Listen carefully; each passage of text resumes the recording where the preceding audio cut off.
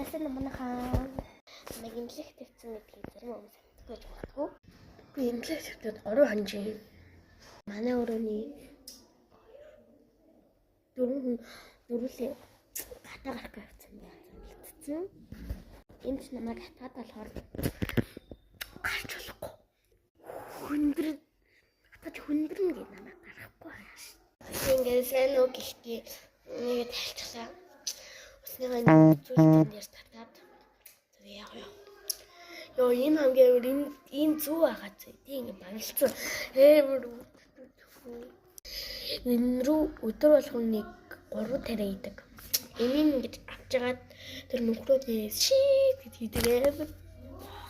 Тэгээд сайн ярьсан бүхэн имлэг тавьж байгааг тухайцаа тэгвэл одоо өөр юм ярьцгаая. Энэ нэрвэгнүүд байгаа зин ингээд дүүн багах анаа ингээд бичлэг хийдэг. Бах дээр энэ нэрвэгнүүд ягаад тийм дүүрэн дээр гараад ирсэн гэж боддог гэсэн шин. Тэгээд guys хүмүүс орж ирэх зовдгоос дуусах хэрэгтэй. Би санаж тахгүй гадаад төрхөө харуулъя. Иймэр хүн байж харт гарах.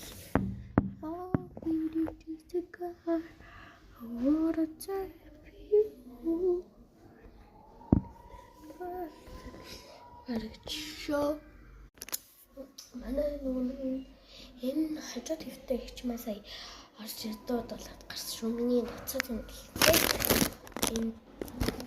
энэ доцоо зэмлэлтэй баскетбол. Доцоо зэмлэлтэй баскетболтэй зэмлэлтэй бодлоо. Анаа түр амар өвдөд хээ.